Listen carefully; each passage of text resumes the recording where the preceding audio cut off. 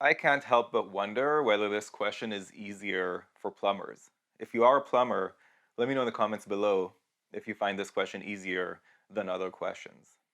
Now, when I read the free info in this question, I found myself curious to see how 92 relates to 4 times 23, because up to 4 hours, we charge a flat rate of 92, but anywhere above 4 hours, it's an hourly rate, 23 per hour. So I was wondering, is 23 per hour exactly equal to $92 over 4 hours? Or is it more or is it less? And what I found, I just doubled 23, I got 46, I doubled that again and I got 92.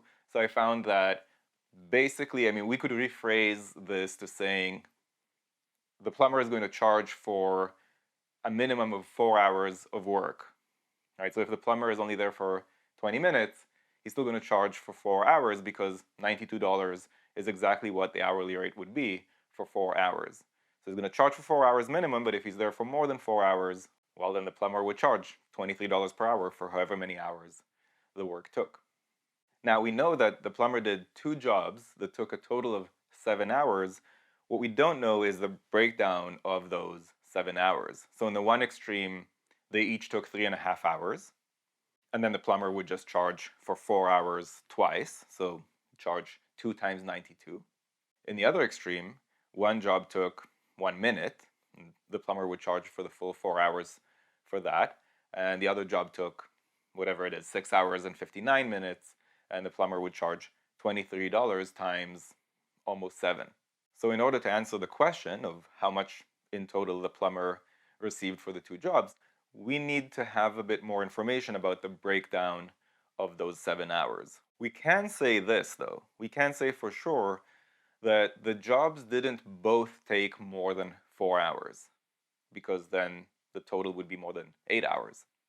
So either both jobs took less than 4 hours. That's possible. It could be 3.5 and 3.5, or 3 hours and 50 minutes versus 3 hours and 10 minutes. So it's possible that they're both under 4 hours. Or it's possible one took more than 4 hours and the other took less than 4 hours.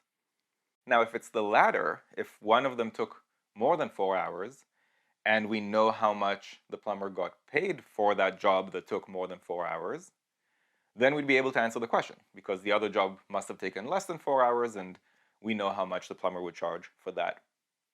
But as long as we don't know how much the plumber charged for the job that took more than 4 hours, or alternatively, exactly how long that job took, the one that took more than 4 hours, then we can't answer this question. On the other hand, if we find out that both jobs took less than 4 hours, then we can answer the question. So I guess we can rephrase the question to, did both jobs take under 4 hours each? And if not, do we know how much the plumber charged for the longer job, or do we know how long that longer job took?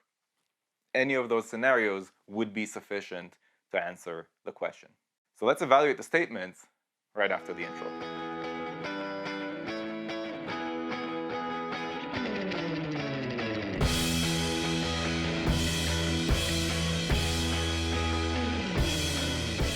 So statement 1 tells us that the plumber charged exactly $92 for one of the 2 jobs.